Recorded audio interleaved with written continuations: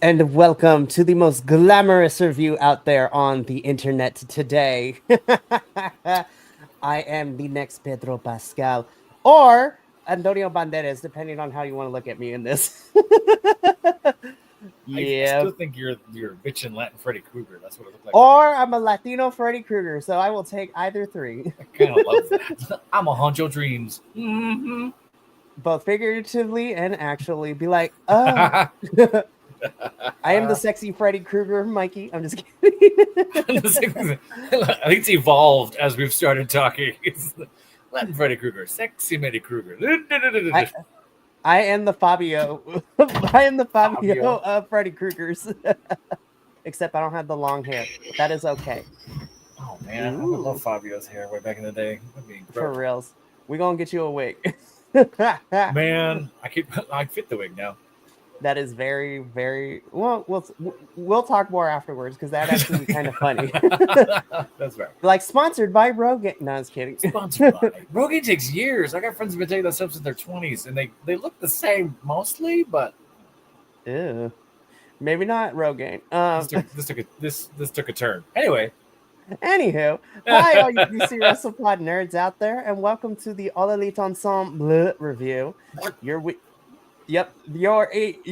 AEW review show here on the BC WrestlePod Network Syndicate Conglomeration Thingamabob. We do every single day of the week except for Thursdays, but not this week because we will also be doing stuff on Thursdays. I am your host, Mikey, and joining me back from the land of the theater and posting a bitchin' picture of him in costume on his social media is the professor. I'm happy to have you back, John. I've missed you. I've been trying to keep up with AEW as much as I can, and of course, I keep up with what we do here and watching reviews and stuff that we talk about. AEW has been in like this really volatile, like, I mean, there was we got shit to do, so I don't want to talk about this too long, but. There was 1 week where it was like AEW beat WWE in the ratings, and it was like, oh my god, AEW did it, and then they got crushed for 2 weeks, and then they came back, and then there was a signing, and then things that happened in WWE happened. Not to invoke another promotion, but just like that, it's like, yeah, AEW is still here. They're still doing cool stuff, and of course, there's always the controversies and other things. Yeah, while I've been in rehearsals and in shows and in tech, I still have friends asking me questions all the time, like, "Hey, what do you think of this?" Like, oh, I'm the resident pro wrestling nerd, so I guess I will answer these questions as I see them. Right. Summer Blockbuster was really solid. I was talking to you beforehand. I missed a chunk of it because of the streaming service I use, which I will not plug because I'm mad at them. Right. So with ads and other things, but I'm at like 85%. There's a few matches I didn't get to watch and didn't get to see, but I know where we're going. This was fun. I kind of like. I love the direction AEW is going, and not to invoke another promotion, but what the other promotion is doing is sort of, hey, we've acquired this company, we're going to use them, and we're going to use them sparingly. AEW went, I see that, and we're going to do whole events dedicated to only that. How do you like me now? And I think it's calling a bluff a little bit. It was sort of like, oh, are you actually going to represent this style, these people, this culture, or are you going to lip service?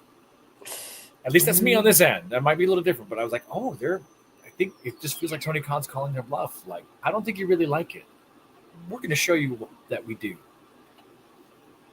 Look, I always say that like what you like and don't be a turd, in the words of Wrestling with Regrets, Brian Zane. But I will say, yeah. I will say I've been really enjoying AEW's programming the last couple of weeks. I mean, Fyter Fest was a lot of fun, but I will say that Summer Blockbuster to me was the better 4 hour, and I feel like they tweaked Summer Blockbuster to kind of take the learning lessons from Fyter Fest and some of the critiques that people were saying online to kind of like more women's matches and women's segments for Summer Blockbuster, which was nice, as well as some developments of other things. So we're going to be doing this. We got a 4 hour show to cover for the review, but then at the end, we are going to be previewing this week's AEW programming because it's CMLL and AEW week this week, where everybody is in Arena Mexico this week for for tonight, for tomorrow's Grand Slam Mexico, and for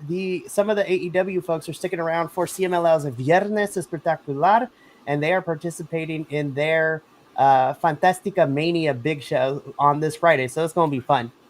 But let's get through Summer Blockbuster first, which took place on Wednesday, June 11th. So last Wednesday from Portland, Oregon, up here in the Pacific Northwest. And we kick things off with a banger. Like they just straight up jump out the gate. We get Will Osprey versus Swerve Strickland round 2. This is great. So for I was just me, like, as soon as I heard Will's music play, I was like, ooh, here we go. I was a day late to this because I had to watch it the next day. And when I dug it up, someone had posted the results, and I went, oh no. So I was trying not to look at it. But of course, the first line is Osprey Strickland. And I read draw. And my first impulse was, oh, that's unfortunate. And then I thought about it and went, oh, wait. Osprey and Swerve just went 30 minutes to a draw. I got to watch this. And I ran, got home and went, oh my God, it was incredible. We knew they would be incredible, right? They're fantastic. This made it on my list for matches to rewatch at the end of the year. Of course, like I've said in the past, I could do that for every Will Osprey match. There's also one or two in Summer Blockbuster that I'm tempted to go back and watch as well. There's some stuff that was really interesting that was in here. Yeah. They're so good. And I don't know. There's pro wrestling purists that will always hate Will Ospreay. I didn't know how much they hated Will Ospreay till the last few weeks on Reddit. It's like, oh my God, why does everyone hate everyone for some reason? I thought their impulse on like where the other will be in the moment for the thing was just fascinating to me. Like they're so good, incredible. We could talk about this for 3 hours if we really want. We could, but this match was awesome. So this is what kicked things off, and as you said, Professor, we did go to a time limit draw. So we reached the 30 minutes. We reached the time limit draw. Swerve gets on the mic and it's like, hell to the no. We ain't gonna run this back again. There has to be a definitive winner. I'm like, Swerve's like, we ain't doing this. But before we can get this match started again, the Young Bucks come running in. They start EVB triggering, super kick partying all over the place. Mm-hmm. Death Riders are coming in with all of this stuff too. Swerve gets set up in the corner to take his shoe that he just released, but with the added, accoutrement of thumbtacks to it. And as the EVPs are ready to super kick him with that, Will Osprey jumps in front and takes the bullet for Swerve. And so the EVPs, realizing that Swerve is now all mad, which then, of course, we had the Avengers of AEW come out for the save, which made everybody disperse. And so Swerve is with Nana in the ring as this match and segment comes to the end, looking at Will Osprey, who just took a bullet for Swerve. Oh, yeah. The Young Bucks super kicks are still remarkably impressive. Like, they're probably some of the better ones ever. I don't know if you saw it. There's other screenshots of it out there. That hit Will perfectly. Like, as hard as you can, but then landed as light as a feather. Like, oh my God. To the point where actually watching it as you watch it live, you miss it completely because it's so fast. The cameraman missed it on the replay. The other camera got the whole shot of it, which was incredible. Absolutely. Sets up something really interesting. I kind of like indifferent Uncle John Moxley. Like, yeah, okay, so I'm gonna go. Like, I don't hate that. I still think the whole Death Riders angle and what we're trying to do with them doesn't make any sense. Right. Which is unfortunate, but I guess that's where we're going. Yeah, I mean, again, we could talk at length about the match. It was great. I think storytelling wise, it kind of shoehorns a story in there that we can get some mileage out of. Portland hated the Young Bucks, probably because Swerve. We know Swerve's that guy, so he's a big Pacific Northwest guy. Yeah, absolutely. I didn't hate this. It's fine. We're trying to build towards All In, so I get it, but meh. You're right. So we're going to be revisiting everybody a little bit later in this summer blockbuster special because we also have some developments there. But we're going to move on again. This is a fantastic opener, and it's, it does set up something for Grand Slam Mexico, which we'll talk about at the very end of the show, because right now Okada is approached by the Don Callis family. So, mind you, this was the first 45 minutes, 50 minutes of the show was everything Osprey swerve. Right. Anyway, moving on. So Don Callis approaches Okada and he's just like, hey, if you ever want to be a part of this, we're looking, to expand. Mm-hmm. And I love Takeshita looking at Okada here is just like, you already have one Japanese wrestler. You gonna make me fight for my spot? Okay. Like Takeshita is over it. He's like, what is happening right now? Takeshita, who's been there from the beginning, and Okada, who's only been here, 2 years, 2.5 years, something like that? Something like that, yeah. So, but has just, killed it. I loved this. I didn't hate this promo. I thought it was fine. It builds what we're going to talk about in probably just a few minutes anyway, so I don't hate that. I missed Okada saying bitch. I've missed it, so it's been a month or two since I've heard it. It made me so happy. This was fun. This was fine. I mean, I think Don Callis is really good at making us hate him, so I can't get on him too much, even though his plot lines are what bother us and bother us still. Yeah, it's fine. Yeah, we're going to talk about them in a little bit, but now let's get into this. So, prior to the matches starting for our trios match, Commander gets attacked backstage, and MJF takes his mask from him. So obviously this is an angle because Commander is actually injured. So He was supposed to team up with Jet Speed, which is Kevin Knight, and Speedball Mike Bailey, but he is taken out. And so we got to figure out who we going to get. And MJF is now on he does the rudo thing. The rudo is the term we use over at CMLL to describe like your bad guy. Of like now he's the luchador mask collector, I guess. So that's interesting. But after this segment, we do get into, these next three segments kind of bleed in together. So first, we do get Mystico, the poster boy, the golden boy, the golden child of CMLL coming over here. And he has a match against Blake Christian. This is a quick, 8-minute bout. And Mystico obviously wins, so don't have much to say about the match. But then I have one thing to say about the match. Go for it. Mystico, there was a hitch on the over the rope. I don't know what it is, that beautiful 540 thing he did. And Mystico bailed on it. Blake jumps in, fixes the whole spot. About 30 seconds later, they go for it again. He nails that 540 arm drag, tosses him out of the ring. Blake Christian, I know he was just supposed to be a nobody. He did great going heads up with Mystico in here. This was a fun little match in here. We got other stuff to talk about, but I just wanted to say that. We love Blake Christian in this household. Of course, Mystico does win, which then prompts Hurt Syndicate to come in, and we get this little bit of a promo. The American MJF is back. Man, that flag. Ave Maria. So we get a little bit of a back and forth. Of course, MJF calls him the messy Sin Cara, which was crazy. Yes. I was like, oh my gosh. I mean, you're not wrong, but oh my gosh. And then, of course, because of things that I cannot repeat, Mystico says some very not so good things about Max's mother in Spanish, which was great, and challenges Max to a match at Grand Slam Mexico, which MJF accepts. So from this segment, we do get our first official match for Grand Slam Mexico made, MJF versus Mystico, which I would not be surprised if this ends up main eventing Grand Slam Mexico. That's going to be great. And again, MJF is probably one of the better heels in pro wrestling, period, when he's on point. He kind of floundered in that Hurt Syndicate spot where are they going to let me in or they're not going to let me in? I feel like they should have gone full sketch comedy with it like they did with him and Adam Cole. They chose not to. They just kind of did this yay or nay thing, probably because Bobby and Sheldon aren't the most comedic on the mic. But that's fine.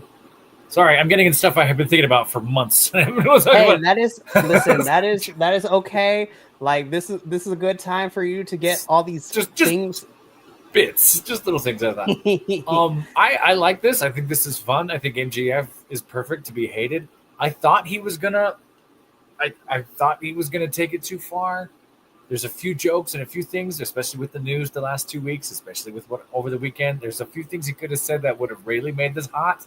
And he's probably smooth enough to make sure it was just controversial enough without offending anybody, but he chose the safer path, so that was kind of cool. Yeah, so we want to talk about this in a little bit towards the end of the show when we preview the full card, because now, again, from this little segment, we bleed into our next thing, which is our trios match. Bruh. So this is the Hurt Syndicate. So Bobby Lashley, Shelton Benjamin, and MJF taking on the team of Jet Speed, Kevin Knight, and Speedball Mike Bailey. And then replacing Cole Mandel in this match is CMLL star Máscara Dorada. So this was great. It was fun. Yeah. This is a fun match. I was just like, everybody flying everywhere. We got the powerhouses. This was a very good powerhouse versus your high speeders, if you will. And commentary was trying to talk about this the whole time, right? Like, look how fast they are. Look how grounded they are. And like they were trying to make it something, which commentary was trying really hard. I think that was Ikebani on there. Wasn't Ikebani on there? Ikebani? Ian, yeah, I think Ian was on there for part of the night. Yeah.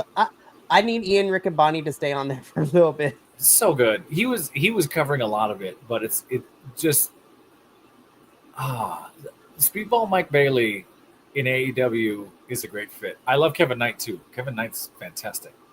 I felt like I'm sorry, we got other things to talk about.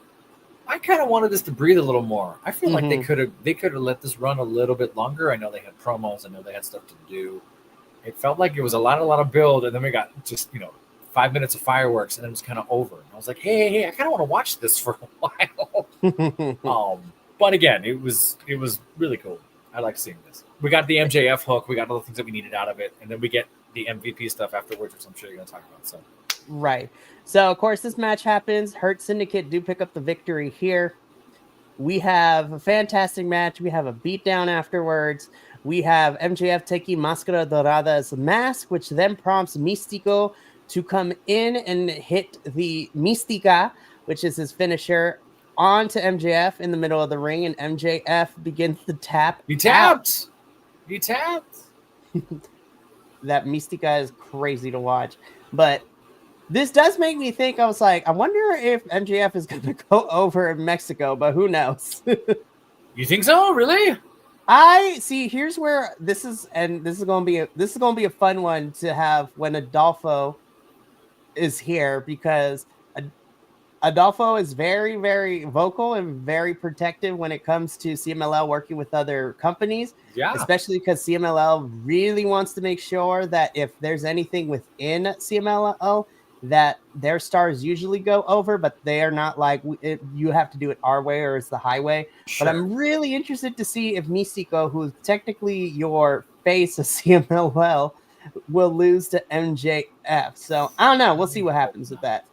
I think I don't mind them giving him heat and taking masks. I think you gotta protect someone, right? I like Mystico going in there, not holding it too long and going up. I mean, I can go either way. Yeah, I can see what you're going, but that'd be crazy. MJF goes over in Mexico. Mexico City gonna go crazy. Jeez. I mean, it's sold out too. So Arena Mexico sold out for these week's events. So this is gonna be fun. So we're gonna review all this when we talk about the whole entire week that is CMLL and versus AEW this week. So it's gonna be fun. But right now, I was like, okay, we're supposed to we're gonna hear from Hangman, and then he gets pushed out. I was just like, he got kidnapped, y'all. He's being kidnapped in front of us.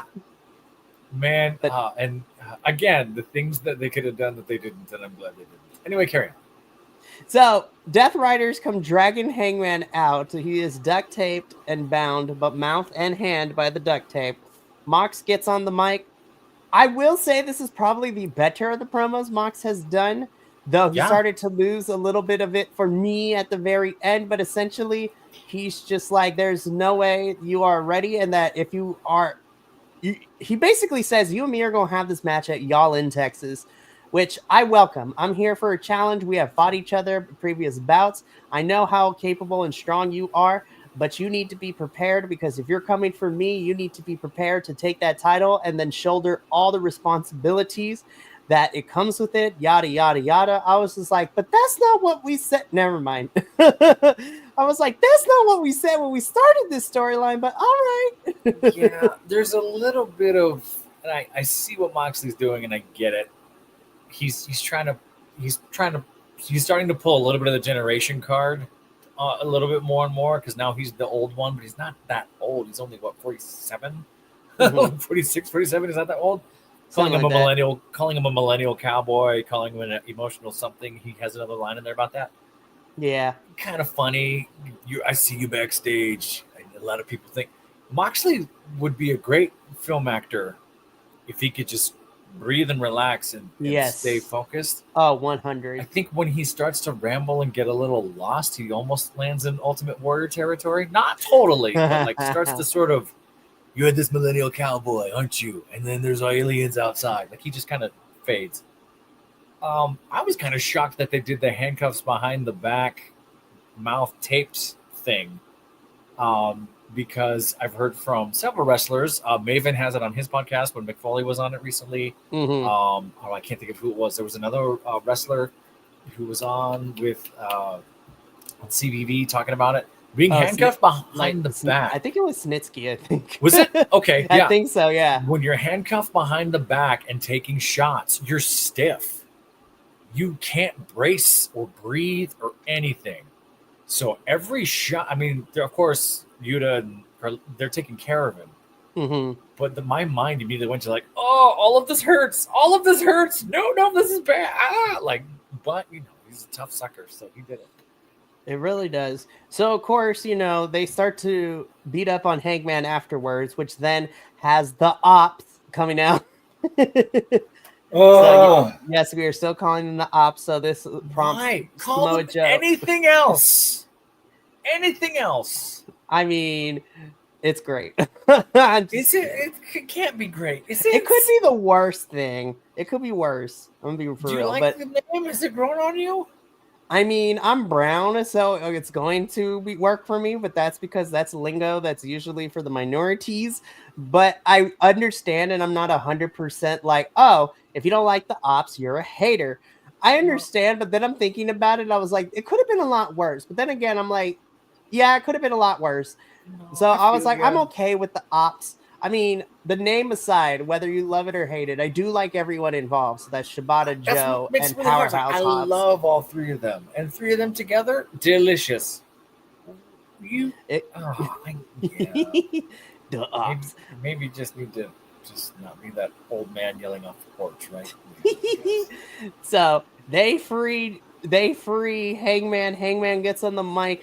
He cuts a very quick but fiery promo saying this is like, I will ride through death and hell to come get that AEW title back. And I'm like, there we go. This is the redemption arc. AEW pull that trigger at Y'all in Texas. Let Hangman bring an end to the Death Riders.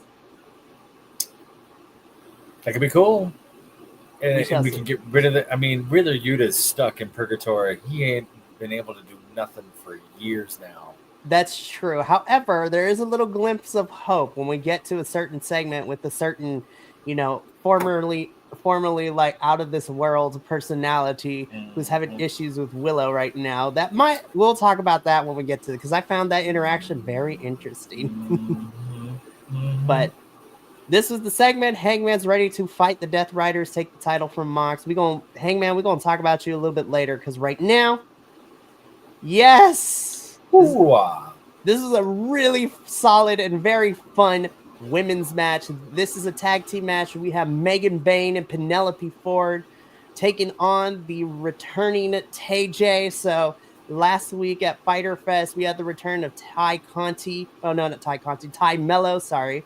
We're going to call her by her official name she wants to. So Mello. So Ty Mello and Anna Jay are back. So we get TJ versus Megan Bayne and Penelope Ford.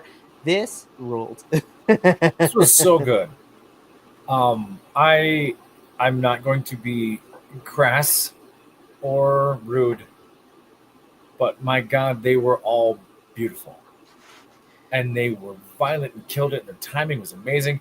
There's a few things Megan and Penelope tried to do and set up, which took a little bit of time here and there. That sort of, I don't know what even was. It was half a Poison Rana into a running bulldoggy thing. Like there's a few things that they were trying, which didn't bother me. They were amazing. They sold the story arc of this. It was super fun. 100%. I'm not familiar with TJ at all, which is kind of refreshing and cool. Like, oh, who are they? They threw some great shots. There's a leg kick. I guess it's Jay. Yeah, so Anna Jay and Ty Mello. So TJ. I see. So yeah, I guess it's Ty. I don't know. Ty is in the face paint across her eyes, and then Anna Jay is in the black. Ty did a kick sequence on Megan Bain and Penelope Ford, and threw these beautiful kicks that, again, like I talked about earlier, super hard, and then just light as a feather, just barely. The control and poise and all that fun stuff was just fantastic. It spilled out in the ring. It was solid. I thought this was great. I think it had a few moments that were clunky here and there, but this was exceptional. This one really stood out to me. No, and I'm going to be honest, because me and JVL talked about this last week during our Fighter Fest review when we previewed the card. We're like, we're like, oh yeah, Megan and Penelope, they're going to win. This gives TJ somewhere to go. TJ picks up the victory, which I'm not going to complain about. I was like, you go, girls. Yeah. So I'm excited. I'm happy that Ty is back. Again, I've missed her and the reason she's good at throwing these kicks, Professor, is because that Ty has this background in jiu-jitsu and martial arts in general too. So yeah, I'm excited. This is the tag team that has been here since day one of AEW's formation. Oh, really? She went. Ty has been missing for the last year and a half because she and Sammy Guevara, mostly her, had a whole baby. Oh, that's who she is. Because she and Sammy Guevara are married to each other. That's why the timeline fits. Got it. So, okay. But I'm happy she is back. Thank you for that. All right. So that's great. That's great to hear. Yeah. Good job, girls. This was a fun tag team match. Really good fun all around. Love it. Ooh. Okay. So this pretty much closed us out for the majority of the first half of Summer Blockbuster. So we get this contract signing between Kenny Omega and Kazuchika Okada. So we learned last week that this match was announced. It is a winner-take-all match. So we are merging the International and the Continental Championships together. So we spend the first chunk of our promo unveiling it. So Tony Schiavone is in the ring with Okada and Kenny. We unveil the championship. So let me see if I put it on here. So this is a better look at this championship belt. So this combines the International and the Continental on the side plates because this is a belt for Wrestling Legacies. Of course, you have the crown in the centerpiece to represent the Continental. But on the side plate, on one of them, you have the side plate, which is an homage to the Rainmaker Kazuchika Okada. And then another one is an homage to Kenny Omega. That's cool. I don't hate that. No, so I was just like, this is going to be fun. So that's how we started everything. Of course, Kenny and Okada signed their stuff. Don Callis comes out, to begin all the talking. And then things go left because Okada and Don Callis attack Kenny. And then they continue to attack Kenny. They're especially Okada going after his gut because of his diverticulitis, which then forces Kenny to be spitting up blood. This was a horror movie. I was like, oh my gosh. This is literally the application of the South Park. Oh my gosh, they killed Kenny. You bastards. For anyone who's a horror movie nerd, like a few of us who love this stuff, I did the horror movie thing. I laughed right away. this is the Final Destination bloodline. And the majority of people were like, Sure. this is so much fun. They laughed at all the death scenes. Elbow to stomach, immediate blood. Like, oh my God. He definitely got one too many blood packs. He definitely didn't foam his mouth. He definitely bit down and went and like did what he did. Okay. Hysterical. It makes sense he was in the white shirt, right? Looked amazing. This is gonna get memed forever. It's gonna happen all the time. It was violent and cool and awesome. I'm not talking trash on it necessarily, but for anyone who's done blood packs and horror movie stuff, I was laughing like, oh my God. Oh my God. Right. However, it worked on the crowd. The crowd was all messed up. Oh, why? Hello. Hi, Kill. Oh, am I beautiful? Oh, that's so kind of you. You are very bonita. I'm a C+. I thought that was super fun. Hey, Kiel, hope you're well, by the way. Happy Father's Day. Yeah, I did not hate this. The internet is sort of like, I don't know how I feel. Come on, it's fun. It's fun. You got Don Callis and Okada. You got all the heels in the same basket. Come on, you gotta like that, right? And then we'll fast forward a little bit too because of what happened. I mean, Kenny had to be carried out on a stretcher. We did that whole bit, but then Okada is running with Don Callis. They get in the car to leave for the arena later in the evening. So it's like they did where the locker room is probably going to come and kill them, which is kind of crazy. Sure. Kilt says he's doing good. He's alive. Father's Day was meh. Was that what he said? Oh no, sorry. It's okay, buddy. We love you. Yeah, I think it's fine. I think it's fun. I'll talk this to death. I know we got other stuff to talk about. Yeah, but this was fun. This gives like Okada more heat. So it makes me excited for their match, the winner take all match at Y'all in Texas. So because of that, we have 3 matches for Y'all in. It is the winner take all between Okada and Kenny. We have Mercedes challenging Tony for the AEW Women's Championship. And then we have Hangman versus Moxley for the World Heavyweight AEW Championship. So I'm excited. I cannot wait. I think I'm not saying anything bothered me about this. I think what got me was you had the 8-minute, 9-minute package of here's the history of these two. Right. And I mean, part of me was like, that's enough. That was beautiful. Sign the contracts, shove each other a little, let's go. Mm-hmm. The extra that was added. You know what we need? Gore. Like, wait, what? We're doing this? So I don't hate that. But it was definitely, I think that's what sparked me. I think that was for the folks in I'm not saying casuals like it's a bad thing, but the folks that are watching every now and then who still like AEW. Not like grandmas who show up once a year. What they doing? Oh, the Kenny will make them die. But we have other stuff to talk about. We do. So this closed off the first half of Summer Blockbuster, and then we get into the second half proper, and we kick it off with this match right here, Kyle Fletcher versus Anthony Bowens. I'm going to be so for real. Me and JVL talked a little bit of crap about this because we were not appreciating AEW and how they were handling Anthony Bowens. And I was just like, we talked about it. I was like, oh my gosh, I think they may actually not make this match go far. He's going to get squashed. I figured Kyle was going to win nonetheless, but I will say AEW, I appreciate you. You gave me an actual full-length match, and this match was awesome. Have they not been giving him full matches? Well, he's been getting matches, but it's been like 8 minutes against not actual like crazy opponents for Anthony Bowens. I mean, Kyle Fletcher out here doing the most, which I love. Kyle Fletcher looking like a villain from The Fifth Element. My God. He's killing it. If you'd have said to him 3 years ago, you're going to wear all pink, wear sunglasses indoors, and be a bad guy, I don't know what he would have said to you, but he's killing it as this evil whatever he is. It's so good.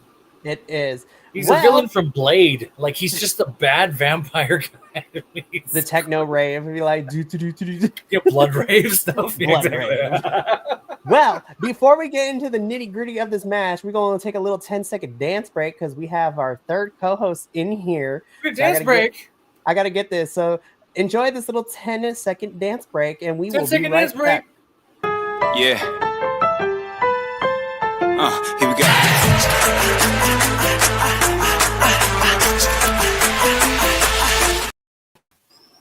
We love it when things work.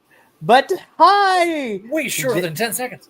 Yeah, way shorter than 10 seconds. Hi, JBL. I can't hear you, Oh, but no. I love it. I agree with you. We love the pantomiming.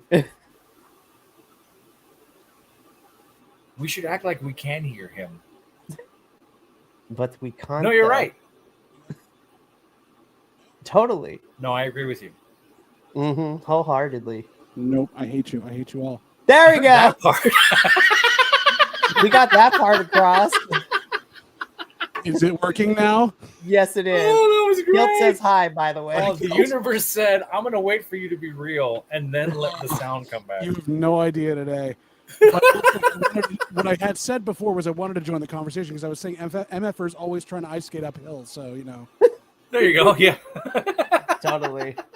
But welcoming him, our third official co-host of the All Elite Ensemble, it is the mini show. Oh. I was reading as I was saying it too, and I just stopped. I just stopped because it's too good. Oh, brilliant. Everybody wants Mina. Sizzling sweet. Hi, everybody. it. Nice to say everybody there. Hi, Kilt. Hi, who the hell is this professor? You don't look like the last one we had. The last professor? No, the last professor had a few, was younger, probably more attractive. Much younger, I'm much a C more minus. foul-mouthed. Had what? Much more foul-mouthed. Much more foul. Oh, I could turn that up to 11. I bet you can. Oh, You look no. Nice and sunburned from being Dogberry. It's wonderful. Anyhow. Oh, talk about so much, but we'll talk about it. We will reconvene because it's the first time in like 2 months that the three of us have been here. So JBL, welcome. We are literally just starting the second half of Summer Blockbuster. Good, I'm here for Collision. Basically, you're here for the Collision part, but so I will give you a sec. So, JBL, do you have any quick thoughts? And let me see. Do you have any quick thoughts about the whole MJF Mystico thing? TJ's win, which was crazy. I thought they were going to lose, but I'm happy they won. Yeah. Oh, no. There's a lot to say on this. I could go back for hours on this stuff. The MJF Mystico thing feels like it had been put on the back burner for a while. It's back there. They need to get another round out of that flag. Like, they paid too much for it. They need to make sure they got another use out of it. But it's going to be a very fun thing to have there. Honestly, I mean, I could talk about the first half, but I'm really involved in Collision here. Collision's what I actually enjoyed. I will say on this, it's another time of them misusing Anthony Bowens. Like, we don't know what to do with him. And That's fair. Amazing person. That's fair, but I was telling the professor, I mean, I'm still bummed that Anthony lost to Kyle here, but I will say this is actually a pretty good match. I just wish there was a direction for Anthony. That's what I was going to ask you all. They haven't done anything with him? No. This is the same gimmick he's had since he came back months ago. Yeah. He hasn't grown. He hasn't moved on. Weirdly, Max Caster's gotten a lot more growth as a character in his little bits there, but Anthony Bowens his 5-minute challenges. His 5-minute challenge. Whereas we have a 5-tool player, that's all he is. He doesn't have the fun that he had when he was part of the tag team. He doesn't have any of the kind of gravitas he had as well, where he would like actually talk about things and have fun with it. He just seems focused on, I am an athlete and I am very good at what I do. Oh, that's unfortunate. It's like, it's a hate crime because it's Pride Month too. Yeah. Well, I can see how the mid-card in AEW, a lot of them have been kind of stuck. And we were all hoping, when we were calling for them to do singles runs a year or two ago, we're like, hey, make it happen, make it happen, make it happen. We actually thought the inverse. We thought Anthony Bowens was going to blow up. And we were like, what are they going to do with Max Caster? But he kind of found his way in a very different way. They took his voice. And not because it was Matt Caster. They took his ability to make a promo away other than just on one topic. Mm-hmm. Sure. So, I mean, that being said, this was a really good match. I really liked it. The match itself wasn't bad. What are they doing with Anthony Bowens? Right. Right.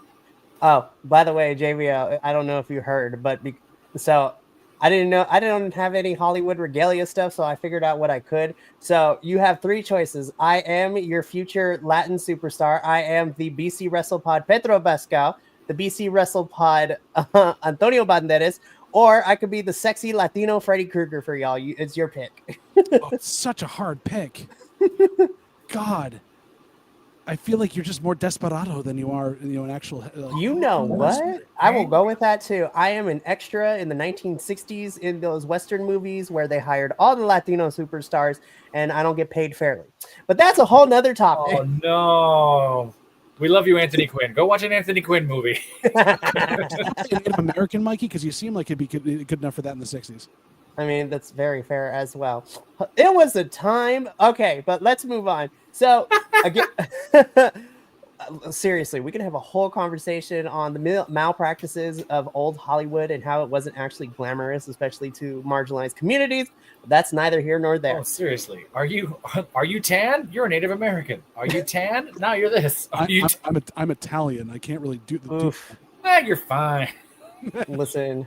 Goodness. It's crazy. Wasn't that the thing? The crying Fields, Indian? you're the BC WrestlePod Michael Pena. Michael Pena? Oh my gosh. That was We're the having big too thing. much fun. The 70s crying Indian commercials? That guy was actually Italian? Wasn't that Italian? But then anyways, this is not about wrestling. We're talking about old Hollywood and like bad racist things, which awful things, terrible things. But to bring it all back, it feels like it's a hate crime because we don't have no direction for Anthony Bowens. Kyle Fletcher does pick up the victory here. Can you say one more thing about this? Go for it. I know it's maybe it's because Anthony Bowens is on there. Why are there sperm flying at Kyle Fletcher in the background? Listen, who knows? You're not wrong. You're not wrong. Kyle Fletcher might be progressive. I'm just kidding. I thought this might be some kind of other match with all those sperm back there. He's taking back shots from the sky. Look at him. That's a phrase I didn't know I'd say today. I'm so proud of you. He's what? He's who? Damn, we lost lots of people. Anyway, I'm just kidding. We're fine. It's AEW Summer Skeet Buster. Now we're definitely moving on to the next thing. I'm so glad I came back on late. Oh my god! This chaos. I came at all. Anyways, I've missed this chaos so much, but move on because. We're just in time for this. Ooh, okay, so we get a oof.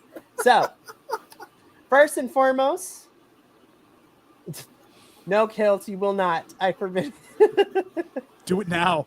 No. Do it. Anywho. Do it. Okay, so let me set everything up, right? So, we first get the voice of CMLL, Mr. Carlos Cabrera, who I love wholeheartedly. He's a really good commentator watching CMLL, and both of you will get a chance to hear him commentate this week as you watch the stuff for our review for Grand Slam Mexico review next week. But he comes out and he introduces Atlantis Senior and Atlantis Junior. So these are the real father-son duo of the Atlantises. You know, he talks about how, especially Atlantis Senior, brings a legacy of lucha libre. This man is in his elder statesman years and has been wrestling forever. And he still looks jacked. He still goes too. Big dude. I loved during this when Dax had to start like calling things with him. He's like, just back off, dude. Don't take a second. Slow down. Because he was going to fight it. Yeah, he was really going to fight it. It was inching closer and closer, like, he's trying to like call it to him, like, dude, stop it. I'm totally going to regret this really quickly, but I'm going to make this man pop in. Don't get us demonetized, Kilt. It's already demonetized. So hang on. Let me switch this to the 4-person view really quickly. Oh God, he's stroking. Hey, what you doing here? Hi. Hi, I'm just trying to make sure we get affiliate on Twitch. It's really all I care about right now. We want those emails. So all I need to do to get Kilt on the show is to bring the professor in finally. Like, why I'm not good enough? No. It's not really that. It's actually it is actually the affiliate part. And I just happen to be here, and you were here. So I love you, JVO. Now I don't feel special at all. Thank you, Kilt. Wow. Excuse you. You're very special. You're my Hugh man. Oh. Oh. Wow. I love you, Kill. All right, Kill. I'm out. Bye. Okay, well, bye. Bye, friend. All righty. Are you wearing a proton pack back there, Professor? Yeah, I leaned back onto it, and the whole pack started to fall on my head. Hold on. This is gonna get fun then. Hold on.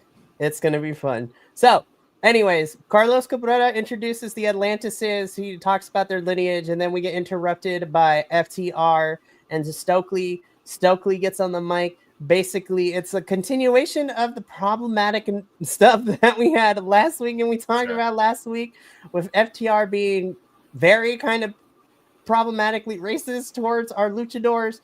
Essentially, this ends up in a whole entire brawl because FTR attacked the Atlantises. Then we had part of the Don Callis family come out, which then, of course, to even the odds, we had Bandito and we had, Brody King of all people show up. Like, Dax was about to get a 6-on-1 special, but then ran out of there when he realized that he couldn't take it all at once. So he ran the heck out of Dodge. And ultimately, this is to set up what we're going to preview at the end of the show. We're getting a 12-man tag team match between a whole bunch of people that we're going to talk about later. Oh, FTR. I was listening to you. I was also admiring the Proton Pack. That's okay.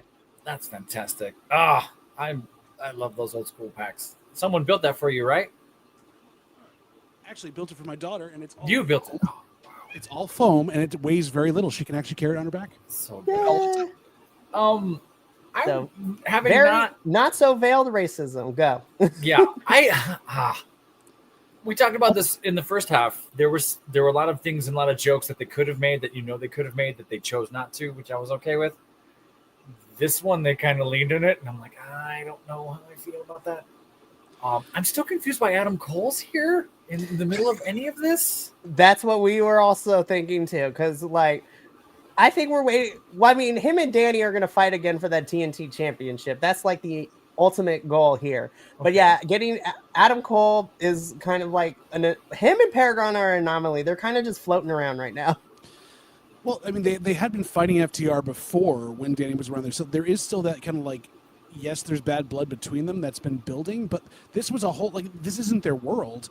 But also, I mean, on the other side of this, I'm going, oh, great, FTR is taking up the Jericho role because Jericho beat both these guys racistly about a year ago or a little less, right? We got to Forbidden Door. So it's just, again, messing with CMLL where, I'm watching these companies have these relationships with these Mexican wrestling companies, and they're all treating them terribly. It's just, there's nothing good coming out of this. And I feel like it could words. It's the easy way out. Yeah. It's the easy us versus them thing. And granted, I mean, the first half, the Dynamite half, we got hints of that, but it wasn't quite the same. There was still a little bit of a whatever. Them leading on it in the second half of this, I think they could do better. I don't know if that's just American creative not knowing how to work this crowd or just lazy. I think it's them not trusting the crowd. Or that, sure. I feel like they have to go to a certain place with it and make this work in order to sell a story. And they're not trusting their crowd to be smart enough to go along with the fact of these Mexican wrestlers have a different culture, different way of doing things, which can be in some ways at certain points superior to what we have. And you stick Dax and Cash in there because they've been making racist remarks about everybody so far. You may as well just triple down on that. It's going to be interesting this week who ends up walking out the winner of that 12-man, especially since AEW is in CMLL's house this whole entire week. So you got to hope they get their wins back from all the Forbidden Doors. Probably. I'm like, this is Arena Mexico. CMLL is very protective of their talent. So I don't know if we're going to see it much on Grand Slam Mexico, but I can expect probably tonight. I'm expecting a lot of CMLL wins tonight. AEW probably getting a good chunk of wins on Wednesday, and then we'll see how Friday turns out because it's not just AEW on Friday. You got Rev Pro, New Japan. It's going to be crazy. So we're going to preview all that at the very end of the show. But again, face and stand tall by the end of this. What do we have odds, because it's Grand Slam, on Adam Cole busting his knee up, jumping off the ramp again? That ramp is pretty sturdy in Arena Mexico, so we'll see. Is there an over-under on Adam Cole getting hurt and out for 6 months again? There's got to be. I mean, it's Grand Slam again. I mean, freak accidents happen. We literally had in the group chat, Liv Morgan is out for an indefinite amount of time through a freak shoulder dislocation. I'm so sad. I'm sad for her. She's going to miss the summer, but I also feel bad for Kyrie. But tune in on Sunday to hear more on our thoughts. Because right now... Hey, look, it's a married couple and their little child they've adopted. Hey, you're We right. We love you like you. We get a promo from Mr. William over here, Big Bill, Large William, and Brian Keith, and they get interrupted while the promo skills have not increased in quality. I will say I am happy to see the Workhorsemen back on my screen. I've missed them, but their I don't promo know. skills are This still was very so- not great. This was so bad. I mean, I was laughing at it for the wrong reasons, I guess. It's like, this is terrible. I mean, maybe that's the Large William curse. I don't know. If I was to say, if I remember back for the Professor, in general, if Large William's on your TV screen, you're laughing at him whether he's meant to be funny or not. Yeah. It's innately hilarious. It's already like, oh, this is an Ed Wood movie. Great.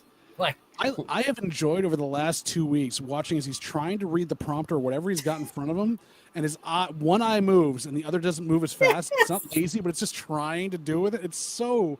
And Brian Keith's like, I'm gonna be hard here, but I can't because it's too much. but Brian Keith's trying not to laugh at him not being unable to Exactly. read. Brian Keith was like, listen, that 5th grade education is like, I'm trying not to laugh at it. But Man, again, he's been hitting the head a lot. Anyway, be like, damn. Anyway, so this sets up a match between these two. We're probably going to get it at, yes, despite this whole entire week being a majority in Mexico, we are still getting a collision on Saturday, which is wild. So I'm pretty sure this is going to end up on the collision, or surprisingly, we might get this because Grand Slam Mexico is 2.5 hours. So who knows? Shocking. Crazy. But I'm happy to see the Workhorsemen. Not happy to see their promo skills not where they still need to be, but it is what it is. I feel like they're familiar. I don't know them like I should, I feel like. They're from ROH. They were huge in ROH for a while, and they were like the big tag team champions there. And we used to make fun of the fact that, like, only one of them actually could speak. The other one had no charisma whatsoever, and he started to get a little bit more. But I feel But like then injuries happened. all right. JD Drake is the bigger guy with the beard, and he's the one that can talk. He's great. Yeah, it's fun to see them on there. It's going to be a well worked match. I'm interested to see because we haven't seen Big Bill and Brian Keith in the ring in about a month.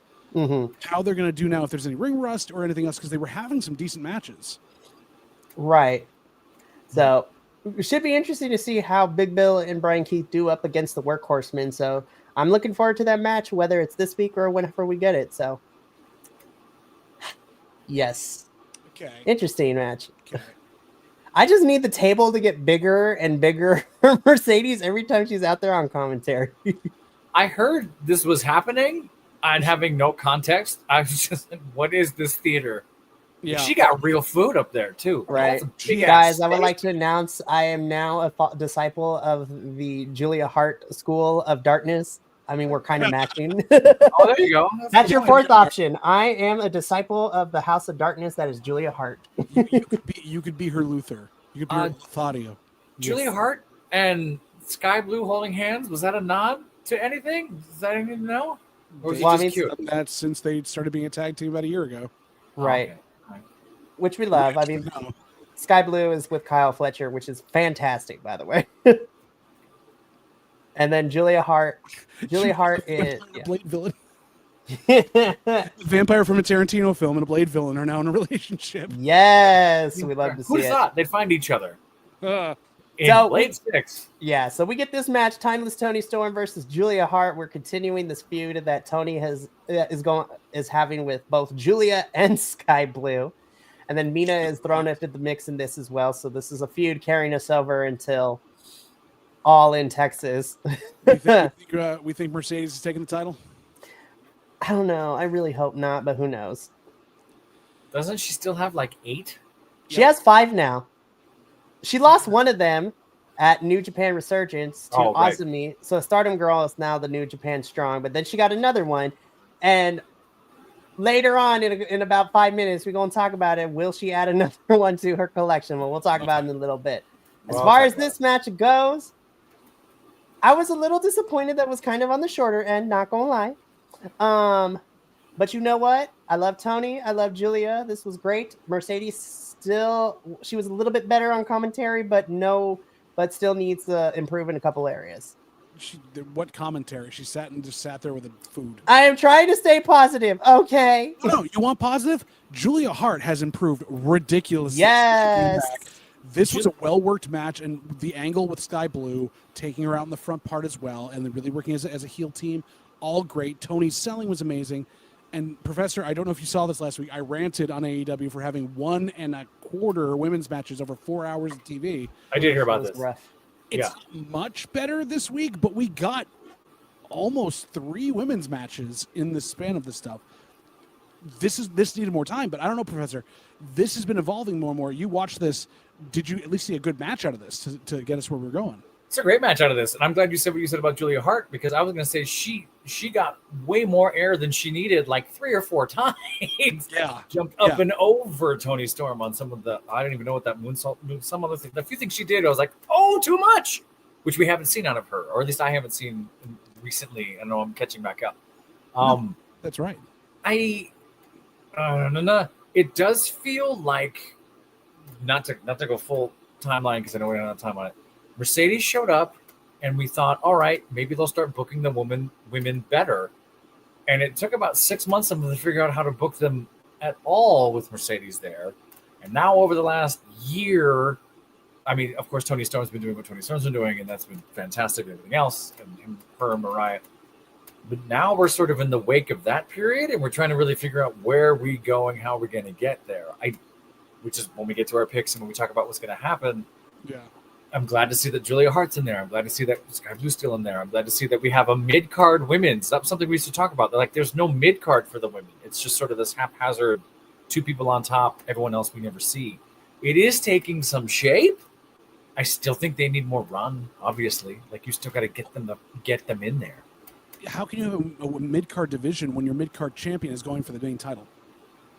Say it again, going for what? What's been bothering me is that Mercedes, who is the mid-card champion, is going for the main title. Oh, sure. So This clutters it, you don't have a mid-card title sitting there being able to be won. Like, that's what's bothering me about this entire setup is like, yeah, sure, put Mercedes in there for name value, but drop the TBS title. Get something else with it. Give it a run.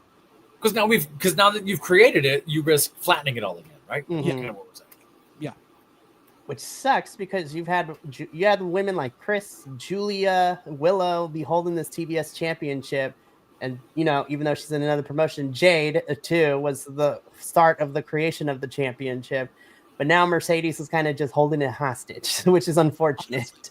Put it on Marina and have her put it in the briefcase with John Moxley's championship. That'd be Listen, Marina as TBS champion would be wild, and I'd be here for it.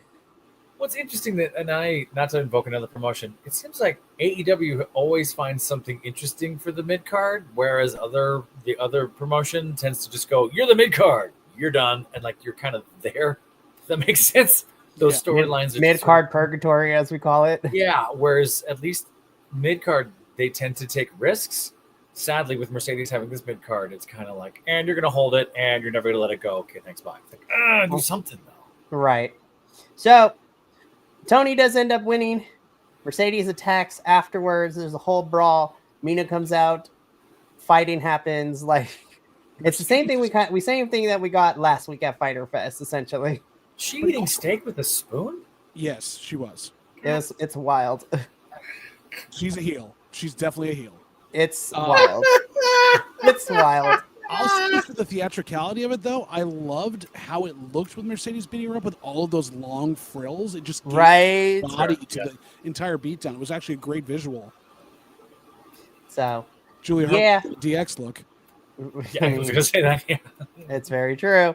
So we got to move on because Ricochet is still out here looking for members of this faction. Again, I want this coat. Lee Johnson and Blake Christian come up, and Ricochet is like, nah, y'all squares. I ain't about to have you in this. And goes, ah! That's pretty much how this goes. Did he put epaulettes on a dress shirt? Yes, but they're on his biceps, not on his shoulders. Right. And Professor, it's too big.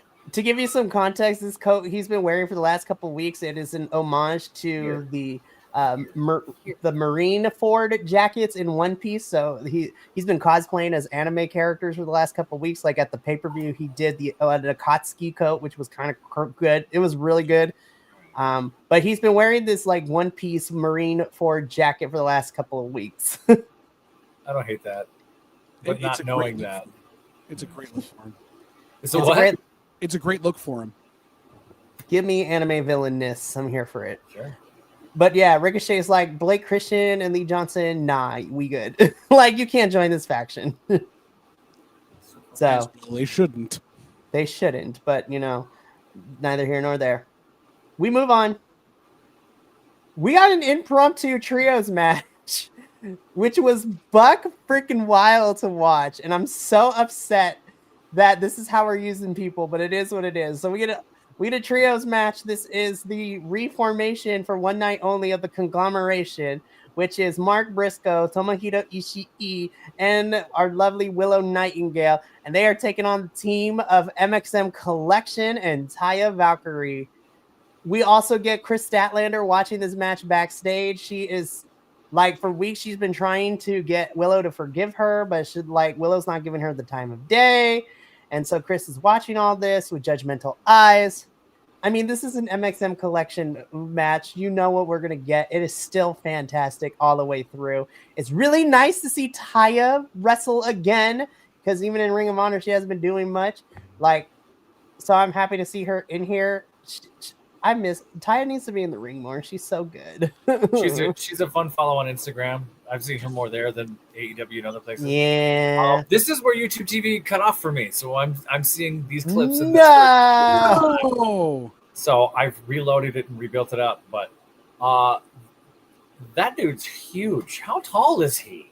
Masay. Yeah. My God. He's like 6'3", 6'4" at this point. No, he's like 6'8", dude. He's gotta be. Oh, that's true. He's really tall. An ogre. That's awesome. I don't know them like I should. This match actually looks a lot of fun. I love Murder Grandpa. I'm happy to see Murder Grandpa. It's well worked, so well to their gimmicks. Ishii just kind of standing there taking punishment. Willow going nuts on both Taya, but also I think didn't she hit Masay with something too? That she almost went into a doctor. Willow is fighting dudes and chicks alike, which we love. She fight everybody. She's an equal opportunist. Equal rights, equal fights is what I say. It was well put together. I need MXM on my TV more. They're just such a good watch. Yes. I know their promos because those go viral rather quickly, so they're hysterical. Yeah. So hopefully with the imminent return of Mr. Dalton Castle coming very soon. I would like to see Dalton and MXM do something together because they'd be great. Dalton's got to go back after Johnny TV too because he destroyed his boys. That's very true. Hi, and Johnny being dirty on the apron. Okay. Shocker. Crazy. Couldn't believe they did that. How dare they? As I roll my eyes. I'm just kidding. Do you think Chris and Yuta are going to have more to do with each other now? Or well, let's talk about that because after the match, so Willow, Mark Briscoe, and Ishii win. Mark Briscoe is a whole vibe dancing to Willow's song, by the way. I'm like, Mark Briscoe is just here to have fun, and I'm here for that.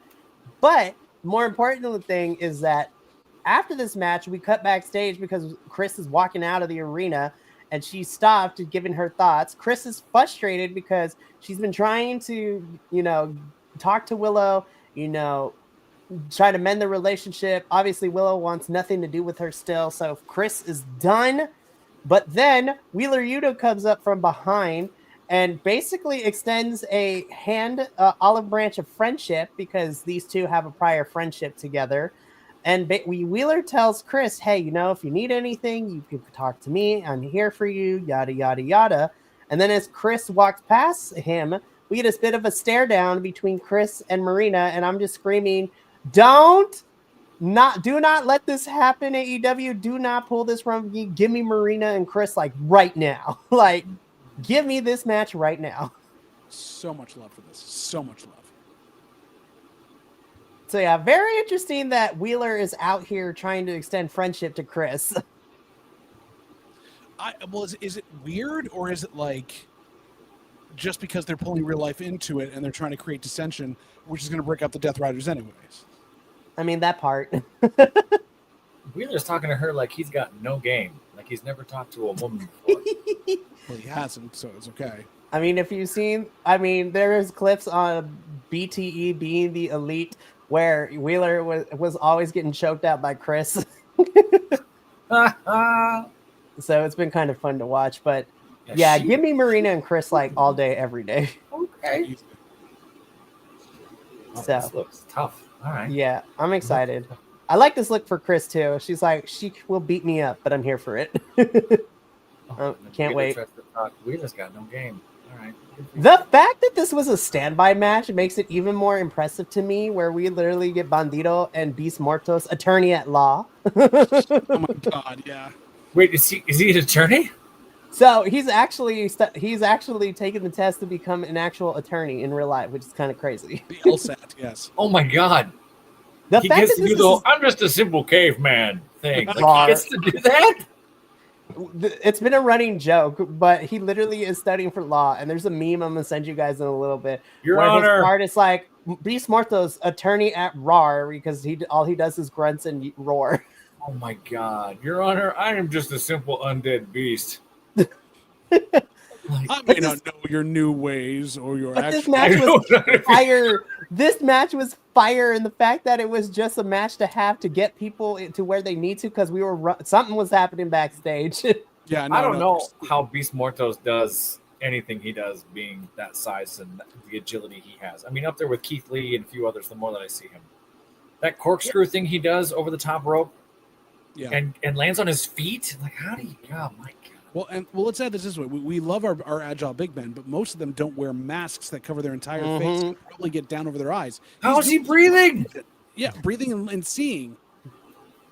So Bandito and Beast Mortos, you did the thing. Bandito wins, and I'm just like, this was not a planned match. This was just a standby match, as they called it. This was great. Wow. I love this. This was great. See, AEW can do really good when they have to do impromptu stuff. So good job on the boys. Book more women's matches. Yes, that part too. Matches. And I do think you get two professionals. It's like, hey, go out there. You got 10 minutes. Kill it. I think Do it. Okay, sure. Anything? What do you want to do? What do you want to do? Go.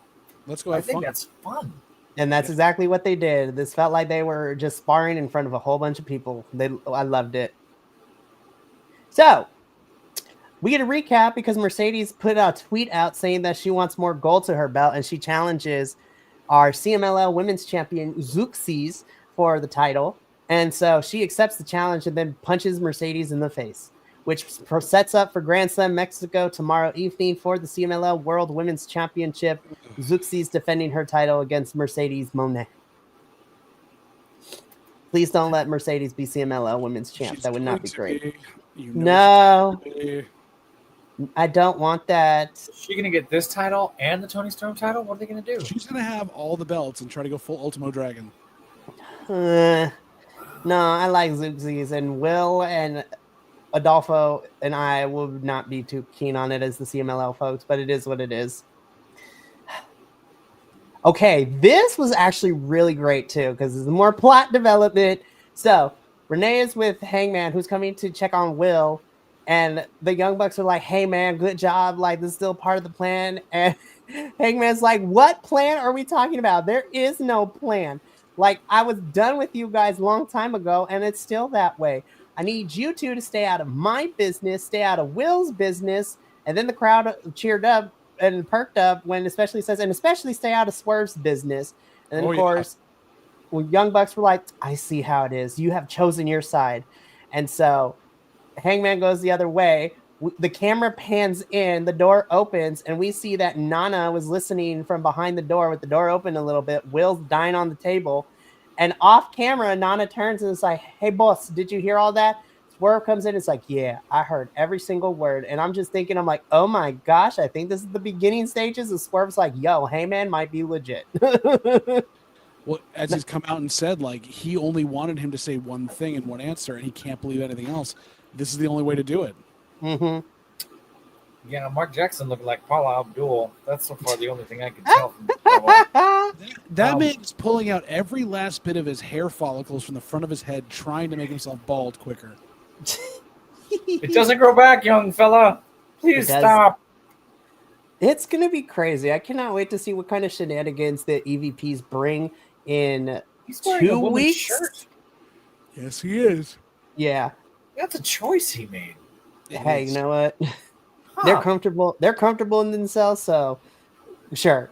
I'm not judging. I'm just like, I've noticed this. Right. Did Ooh! I love this match. I don't care what nobody says. Oh, Why do you always assume we don't like this match? who said they don't like it? Who said they didn't like it? You're putting it out there, Mike. You're saying I like this match no matter what you say. I'm like, we I haven't. don't care what nobody says, so that's the general consensus. okay, I'm not okay. specifically applying it to you two. Okay. But I do have some unfortunate news, though. So I'm thinking to myself, it's been a couple of weeks since we've seen Jamie, right? So I'm like, I wonder when we're going to start doing that. Turns out Jamie is sidelined for however long because now she's injured again. Well, and she got injured during the match during the Owen. Yeah, so I'm like, no, but it's okay. I mean, hopefully it's not out for too long. I'm like, Jamie, we just got you back. No. Weird. But Mercedes Moné worked a hard hitting match and injured somebody. we ain't gonna do that today. Anywho, even if it's true. But we do get this match, which ends up being our semi, which is fantastic. We get the Toxic Spider, Miss Thekla from Stardom, who is now signed with AEW, taking on Team Juicy herself, the one, Queen Aminata. Jesse would roll his eyes at me, but he's not here, so I can say it. But Team Juicy, that is her moniker. I did not give that to her, Professor, but Queen Aminata versus the Toxic Spider, Thekla. Man, this match ruled. I love this.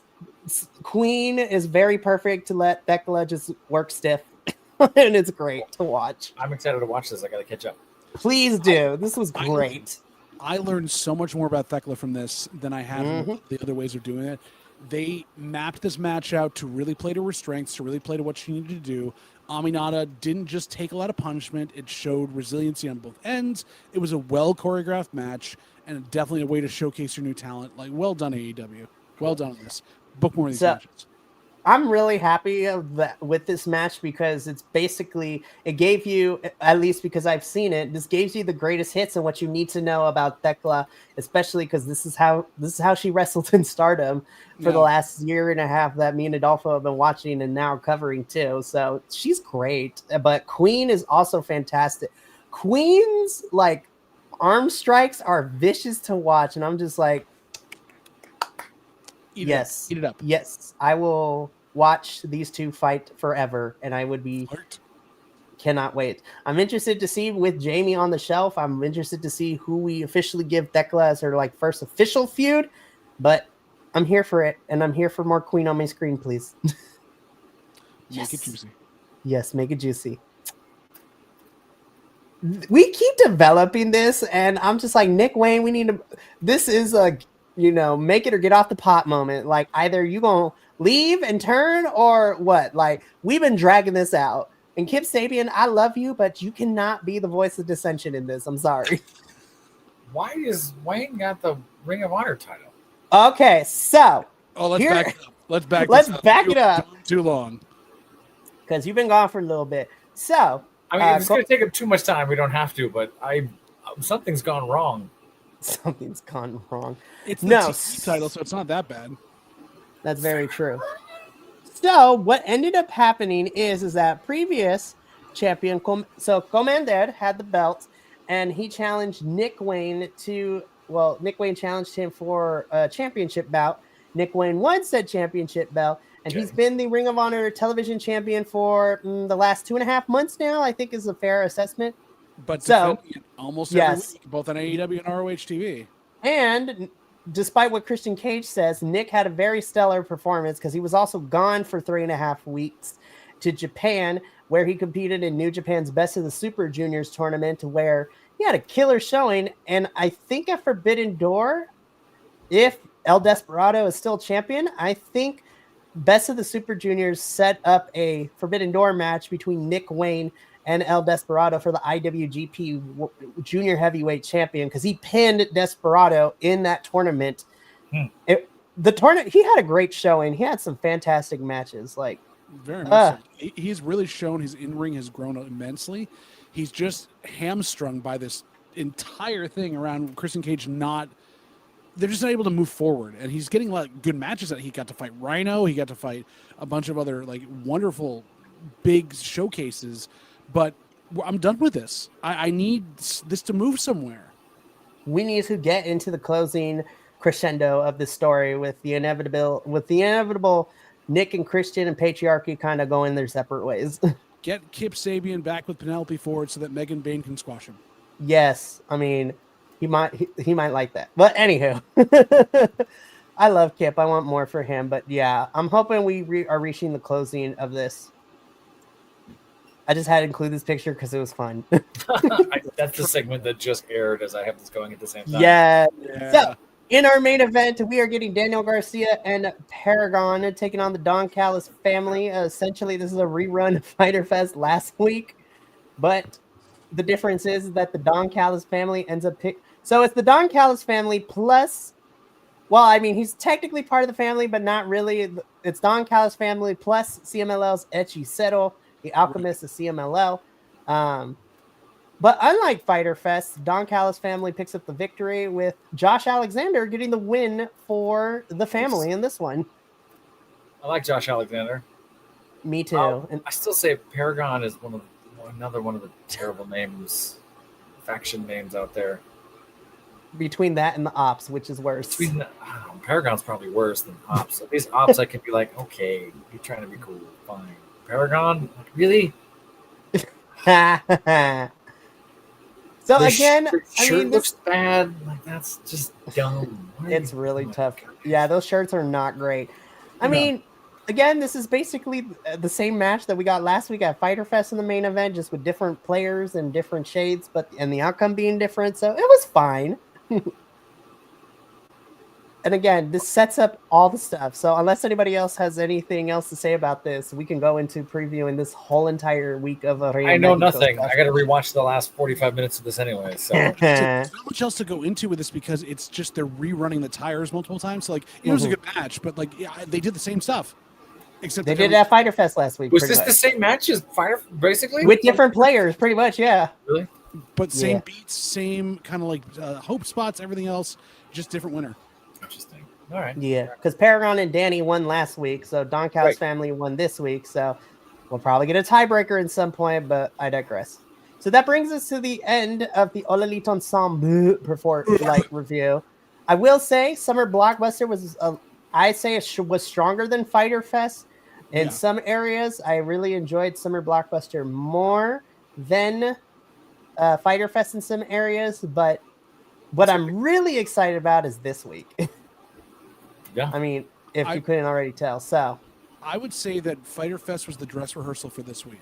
Yes. Like there's a lot. They redid again at Summer Blockbuster, but better. Yes. There is a lot this week. AEW is taking it to Mexico, Arena Mexico, if you will. And there is a lot. There are 3 whole events going on, with the 4th that will probably air later, which has me super excited. But we'll get into that right now.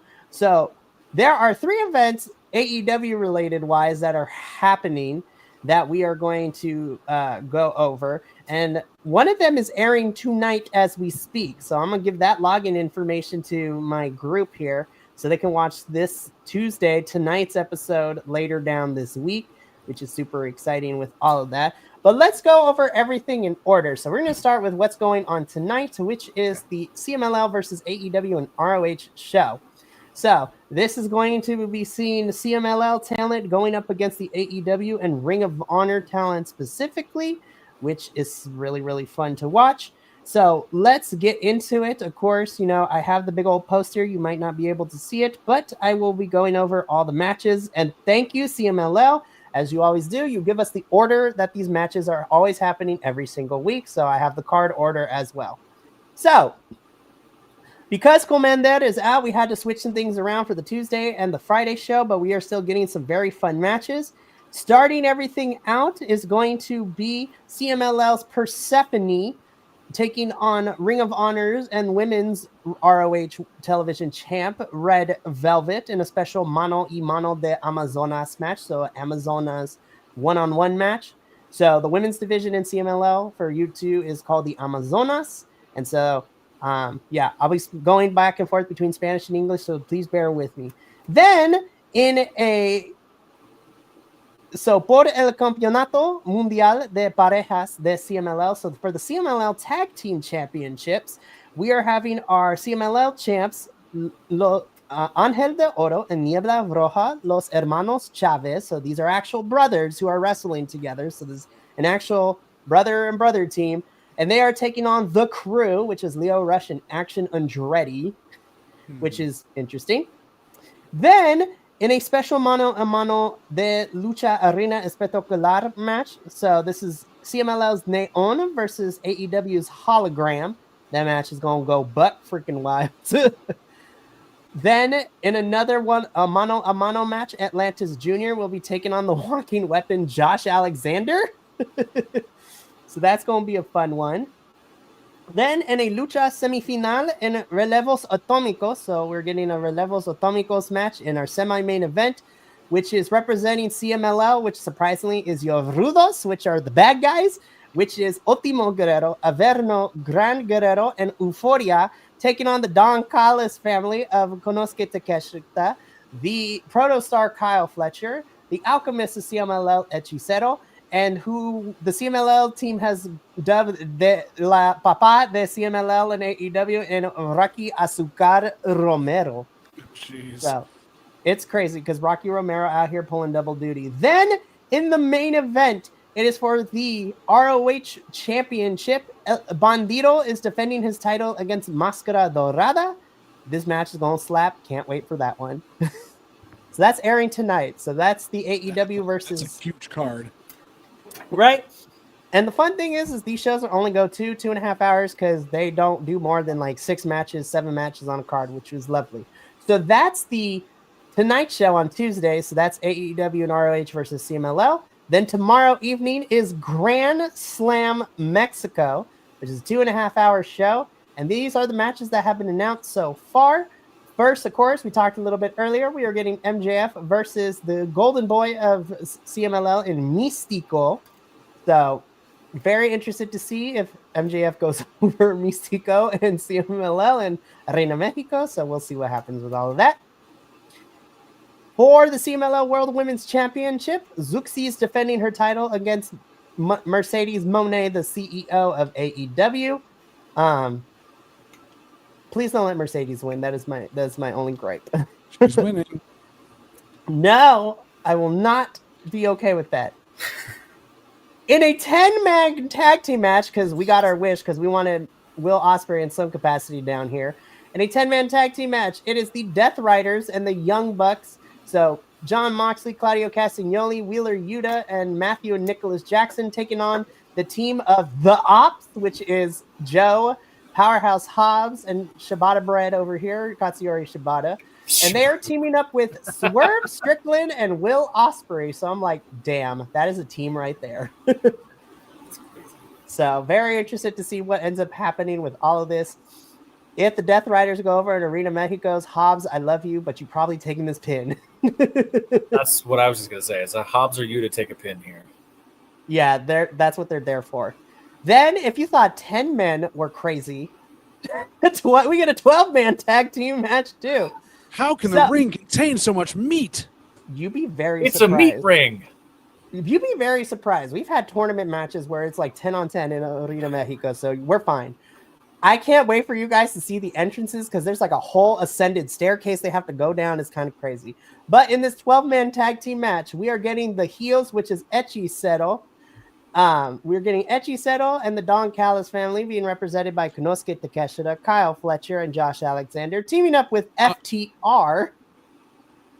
So this is crazy. Did we just notice on here they've made a new team name for Kyle Fletcher and Konosuke? Yeah, Protoshita. Protoshita.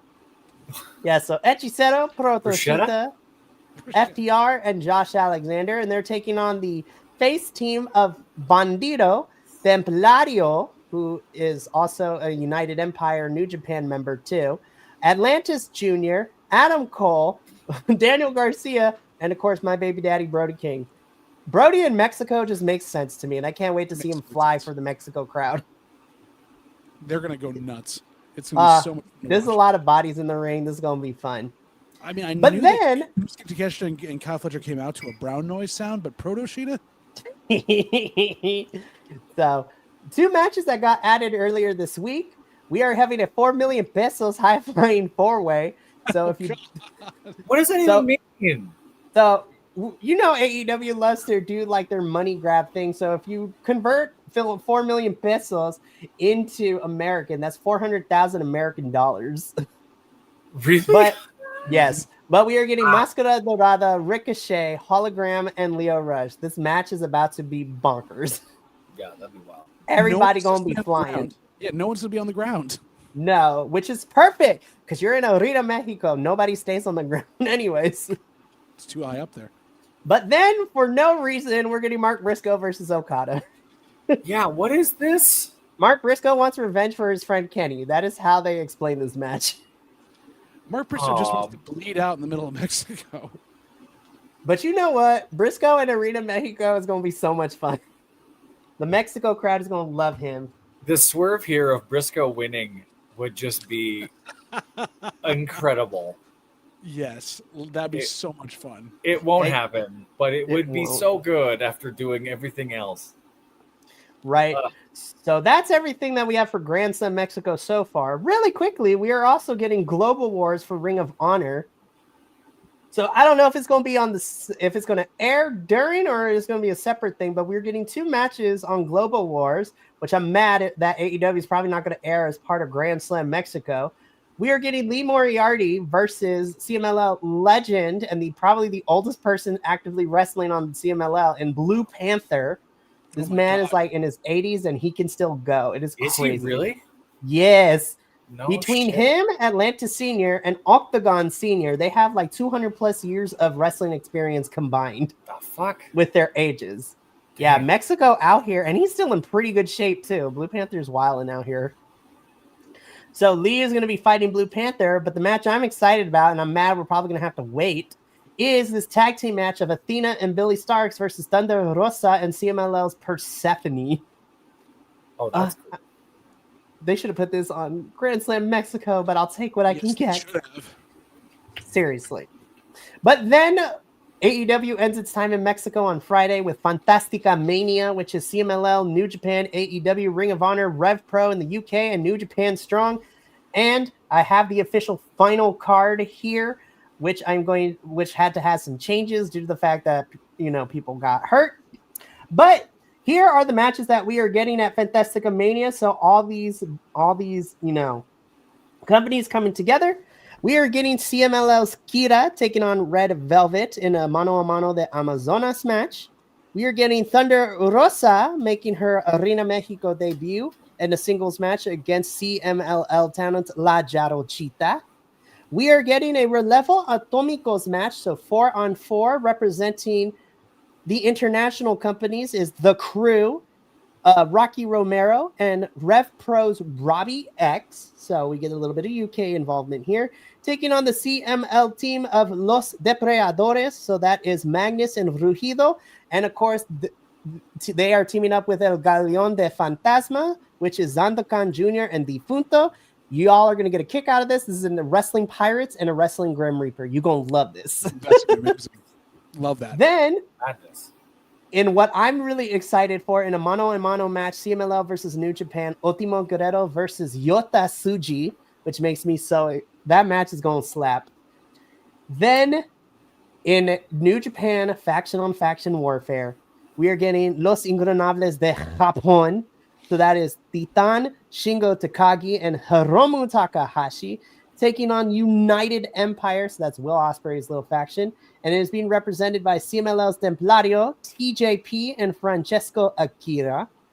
Then we are getting 2 one-on-one matches. We are getting a Relampago match, which is a match that has a 10 time limit draw between Neon and the Jet Kevin Knight, which makes me excited. So Kevin's being added to this card. Then we are getting a one-on-one match, Volador Jr. versus Ricochet. And then in our main event, it is a tag team match of Mystico and Máscara Dorada taking on Bandito and Hologram. Oh, if Mystico survives his match with MJF, though, you never know. That's very, very true as well.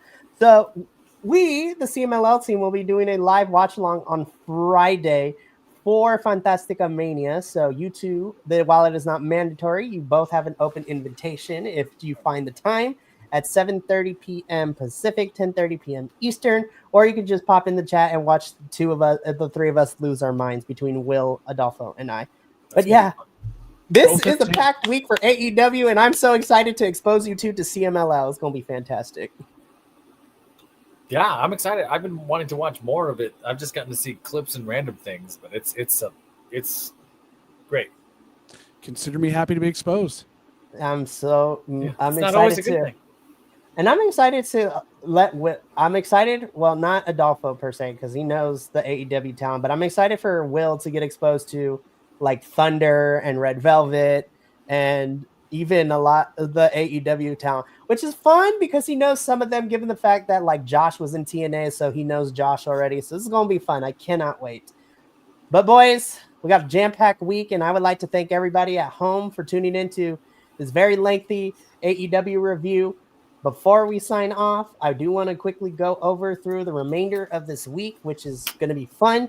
Tomorrow evening, we have a double dose of reviews, 5:30 Pacific, 8:30 p.m. Eastern is our NXT review.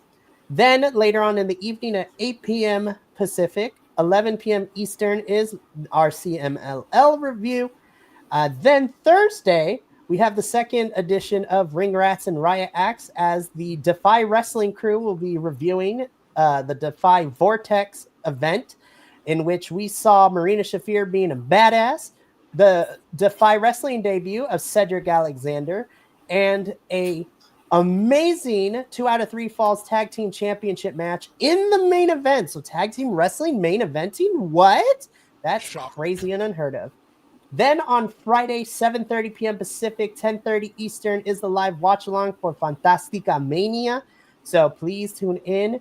When we did the live watch-along for the Anniversario show back in September, we had 3,000 people watch with us. Holy cow. It is, to this date for BC WrestlePod, it is still the largest amount of people we got watching this thing. So I'm excited. And then, of course, we wrap things up on Sunday with our Dual Dynasty review, where we review Raw and SmackDown. And then, for what we know of, we will also be making our predictions for Night of Champions, because it is next week, which is kind of crazy to say. We will not be reviewing Night of Champions, but we're still going to do predictions, because I need to make sure I'm still in the league for predictions. I'm sure I'm getting hosed. We'll see. Nah, TNA is kind of hosing me right now. I am in last in TNA, and I don't like it. I'm only down by 1. I'm still in last place, though, here. So, I mean, we don't have to worry until y'all in Texas to see, and that's going to make or break us. But we got a full week ahead of us, so thank you for tuning in from all of us here at All Elite Ensemble review.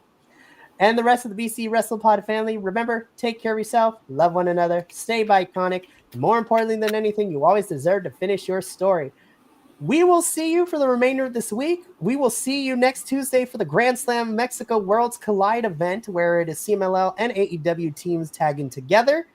But until then, this is sayonara, adios, and I only know one way for us to get up on out of here, so instead of me, I'm going to let our friends of MXM Collection do their thing. Let's get out of here. Johnny TV style. Sebastian! You're in the shot, you bald idiot! You fool! The other way! Go! Go!